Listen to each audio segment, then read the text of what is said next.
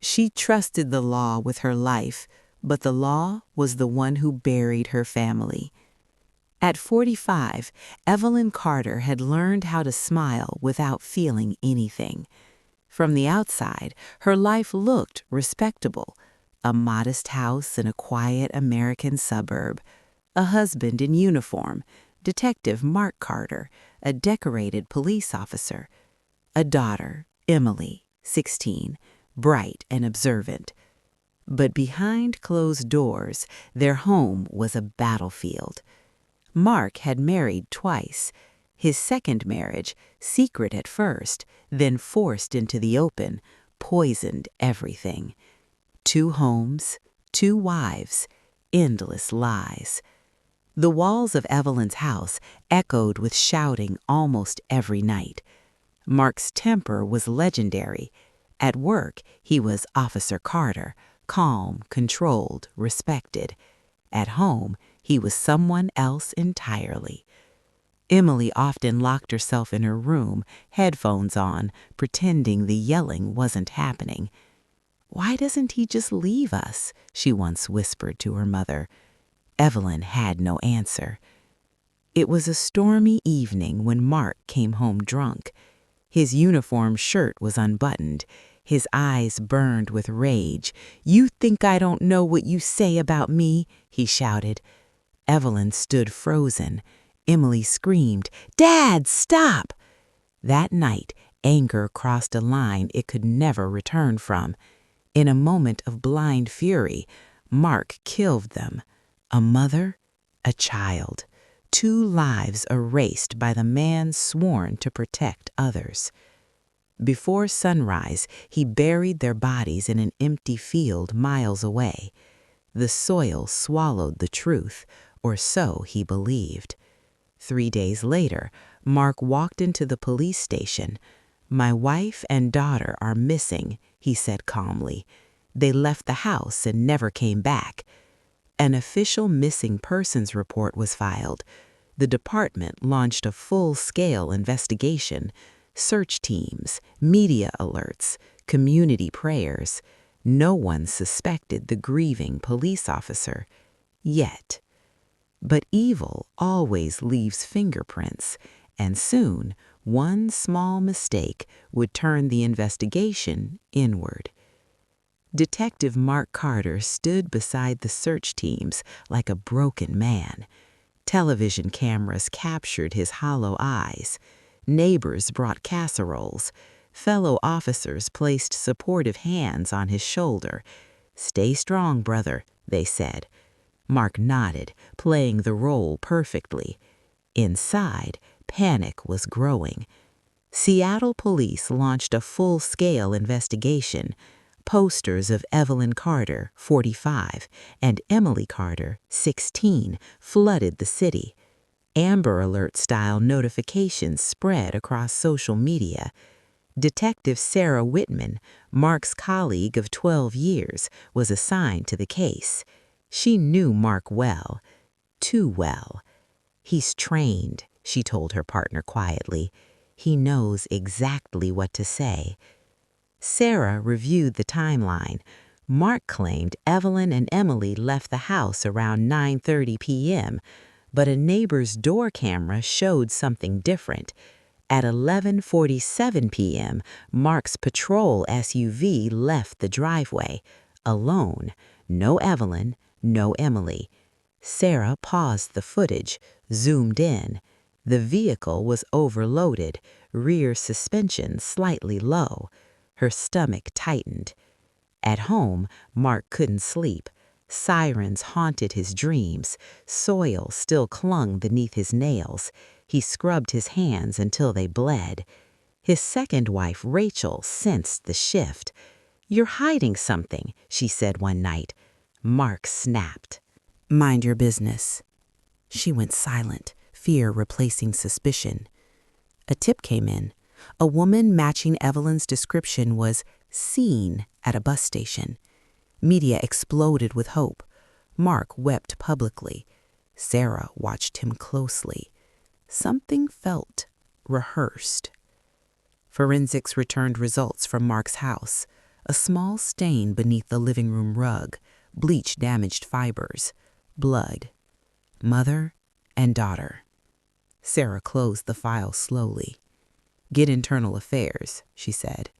"This isn't a missing persons case. It's a homicide." Mark was called in to help. The interview room felt colder than usual. Sarah sat across from him, photos on the table, timelines, video stills. "Mark," she said softly, "where were you really at 11:47 p.m.? For the first time, his hands shook. Outside, unmarked cars waited. Inside, a badge began to feel heavy, and the law was about to face itself. The interrogation room was silent. Detective Mark Carter sat alone, hands folded, badge still clipped to his belt, as if it could protect him. Across the glass, Internal Affairs, Homicide, and the District Attorney's Office watched. Detective Sarah Whitman entered last. She didn't sit. She placed a folder on the table. "Mark," she said calmly, "this is your chance to help yourself." They started gently, questions about timelines, about stress, about his second marriage. Mark answered smoothly, too smoothly. Then Sarah slid a photo forward, the door camera image, 11:47 p.m., his SUV. "No one else inside," she said. "So where were Evelyn and Emily?" Mark swallowed. "They left earlier." Sarah nodded and placed another photo. Forensic report. Blood. Silence cracked the room. In another room, Rachel Carter sat trembling. "They fought constantly," she confessed. "He was angry all the time." She hesitated, then whispered, "That night, he came home late. His boots were covered in mud. He burned clothes in the backyard." The DA closed her notebook. "That's enough." Based on GPS data for Mark's patrol vehicle, detectives drove miles outside the city. An empty field, recently disturbed soil. No reporters, no cameras, just flashing lights and quiet dread. A shovel hit something solid. The truth was no longer buried. Back in the interrogation room, Sarah returned. She didn't speak. She placed the location photos on the table. Mark stared. His breathing collapsed into shallow gasps. "I didn't mean to," he whispered. "I lost control." Tears ran down his face, not of remorse, but of defeat. "They pushed me," he said. "They wouldn't stop." Sarah leaned forward. "They were your family." Mark looked away. The badge was unclipped, placed on the cable, cold, powerless. Mark Carter was arrested by the same department he once commanded. Outside, the media exploded. Police officer charged in wife and daughter murder. Trust shattered across the city. But the story wasn't over. A courtroom awaited. A daughter's silence echoed, and justice demanded its final word. The courtroom was packed. Reporters filled every bench. Cameras waited outside like vultures. The headline was already written: "Police officer on trial for killing his own family." Detective Mark Carter sat at the defense table, no uniform, no badge, just a gray suit and hollow eyes. Across the room, a framed photograph of Evelyn and Emily rested beside the prosecutor's desk. A mother, a daughter, silenced forever. The prosecution dismantled Mark's story piece by piece. Video evidence, GPS data, forensic reports, Rachel's testimony. Detective Sarah Whitman took the stand. "He knew procedure," she said firmly. "He used it to delay justice, but truth always finds a way." The jury listened in silence. Mark's lawyer argued stress, pressure, mental breakdown, but the prosecutor stood tall. "Millions face stress," she said. "They don't bury their family." The room went still. Mark stared at the floor. For the first time, there was no escape. After 3 days, the jury returned. On all counts, guilty. A gasp echoed through the courtroom. Mark closed his eyes. Life without parole.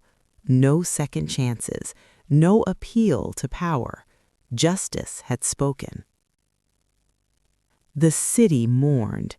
A vigil was held near the old Carter home. Candles flickered like fragile stars. Emily's school friends wept. Evelyn's neighbors prayed. Detective Sarah stood quietly at the back. "We failed them once," she whispered. "We won't forget them." Spring arrived. Flowers grew where the truth had once been buried.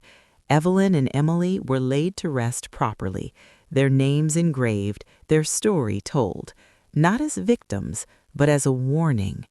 Power without humanity becomes evil, and justice must never fear its own shadow.